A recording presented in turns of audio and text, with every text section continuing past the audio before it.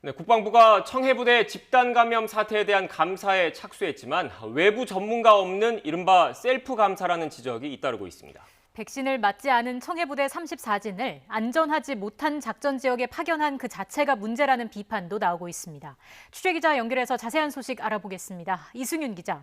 네, 국방부입니다. 네, 국방부 감사는 어떻게 진행이 되고 있고 또 감사 방식과 관련해서는 어떤 문제점들이 제기되고 있습니까?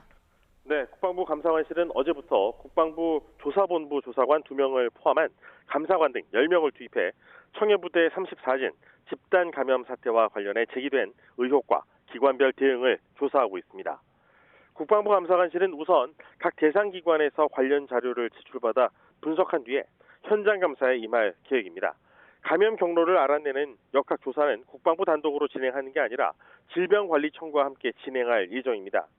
하지만 국방부도 감사 대상으로 지정된 상황에서 국방부 감사가 얼마나 공정하게 이루어질지 의문이 제기되고 있습니다. 외부 기관이나 감염병 전문가 등이 포함되지 않고 백신 접종 없는 파병이 불가피했다는 입장인 국방부가 스스로 감사하는 것이 부적절하다는 지적입니다. 파병 준비 단계의 계획 수립 과정에 대한 전반적인 사항, 작전 상황 아래 코로나19 발생 초기 대응, 코로나19 방역 관련 운영 전반의 적절성을 들여다보려면 외부 의학 전문가의 참여가 필수적이라는 목소리가 높습니다.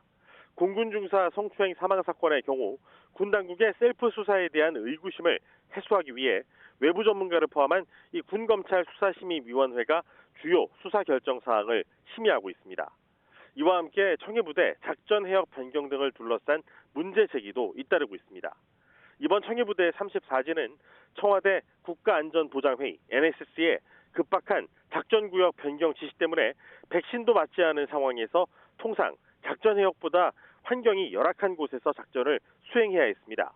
문무대왕 함장과 청와대 국가위기관리센터장을 지낸 김진영 예비역 해군 제독은 일부 언론과의 인터뷰에서 청해부대 기항지는 통상 이 미국 등 많은 나라의 군함들이 모이는 오만의 샬랄라 항으로 이 방역 수준이 높은 편인데 코로나19가 창궐한 지역에 백신을 맞지 않은 이 청해부대 34진 장병들을 보낸 게 집단 감염 사태의 근본 원인이라고 지적했습니다.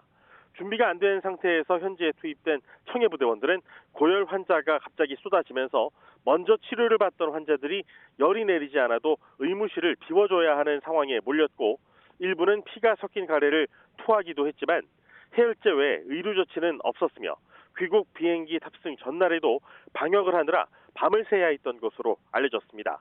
이런 가운데 서욱 국방장관이 격리 중인 승조원들에게 과자가 담긴 선물 세트를 보낸 데 대해서 적절성을 놓고 또 논란이 일고 있습니다.